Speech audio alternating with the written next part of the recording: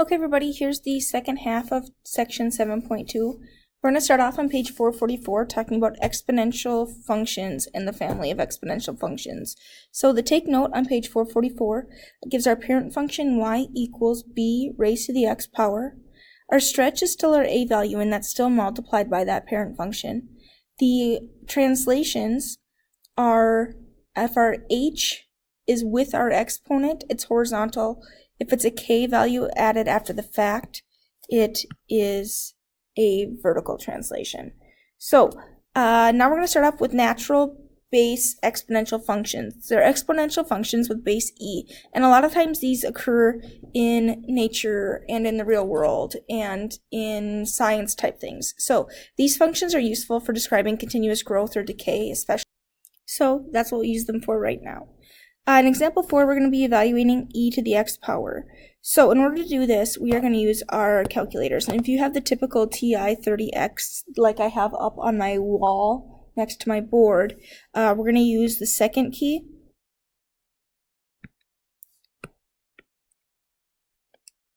And then the ln key, which gives you e to the x power. It's the third one down, underneath the second key, down 2. So you're going to type in second ln key,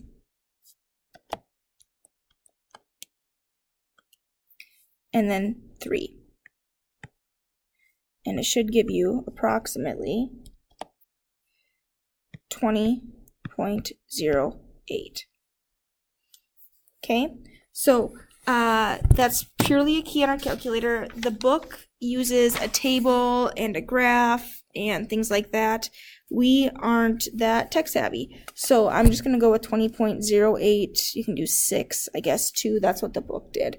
So again, lots of ways we can do that. I'm just going to use the calculator because we don't have the super fancy calculators where we can do the tables or the graphing very easily. The take note on page 446 talks about continually compounded interest. So example 5 here, is going to use this formula. So the formula is a of t, which is our amount in account at time t. So our amount in 5 years, in 3 months, in whenever, equals p times e raised to the rt.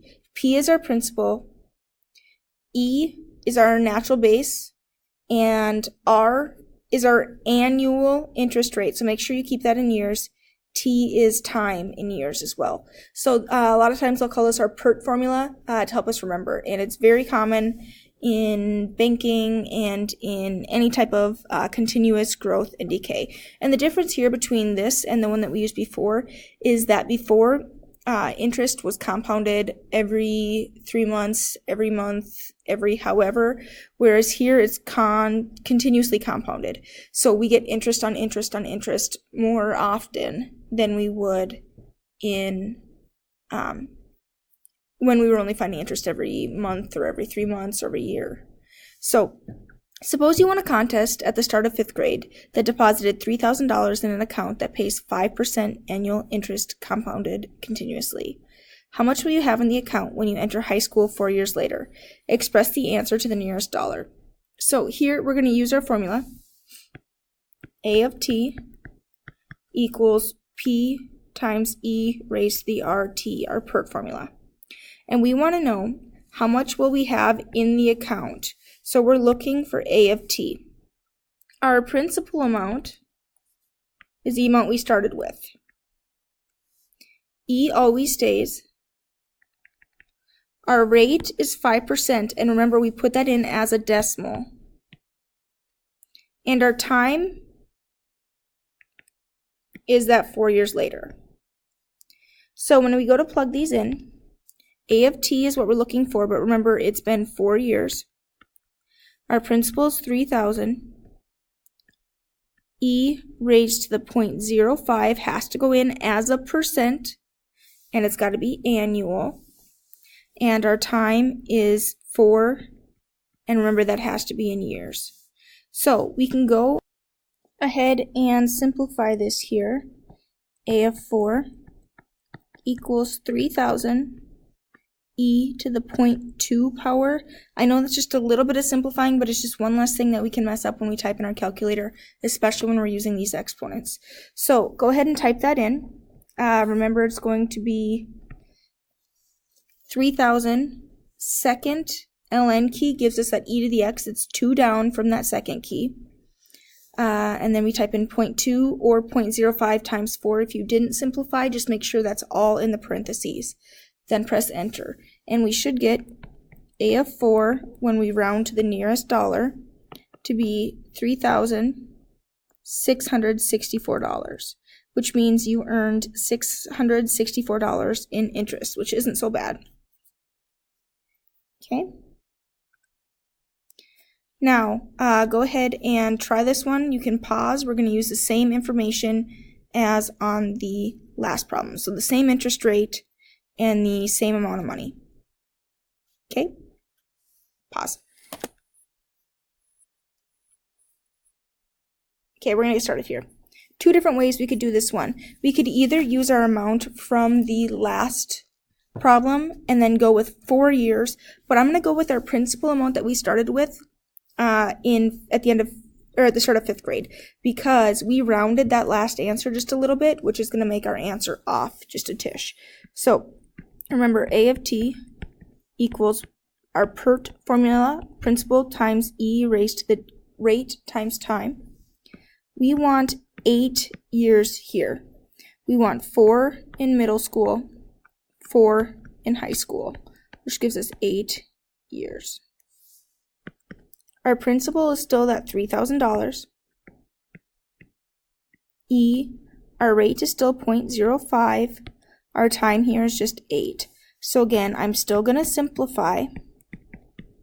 And these numbers are for principal and rate I got off the problem 5. 0.05 times 8 is 0.4. Go ahead and type this in your calculator. 3,000 second ln key gives us our e, 0.4, and we get $4,475 is our account balance after 8 years. This formula lets your money really add on to each other. It kind of shows the importance of saving. So putting money into a savings account, into a 401k kind of thing when you get started. Also, it works the opposite direction if you're talking about how interest works on like student loans or car loans or things like that. Credit cards especially have really high interest rates usually. So they really compound and add up and add up and add up, and that's what's part of what makes it so hard to get out from underneath them. So be very careful about that. Keep this in mind as you go.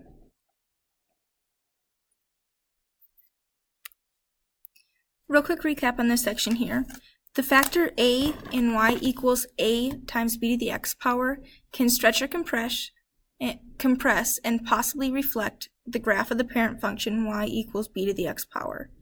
Our function here, y equals a to the bx power, as long as a is greater than 0, b is greater than 1, models growth, models exponential decay if b is between 0 and 1. So if it's some kind of a decimal or a fraction in between 0 and 1.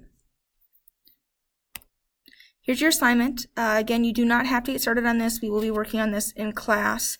So make sure you bring any questions you have, any comments, and any of your worked out examples or like whiteboard problems to class with you. Thanks.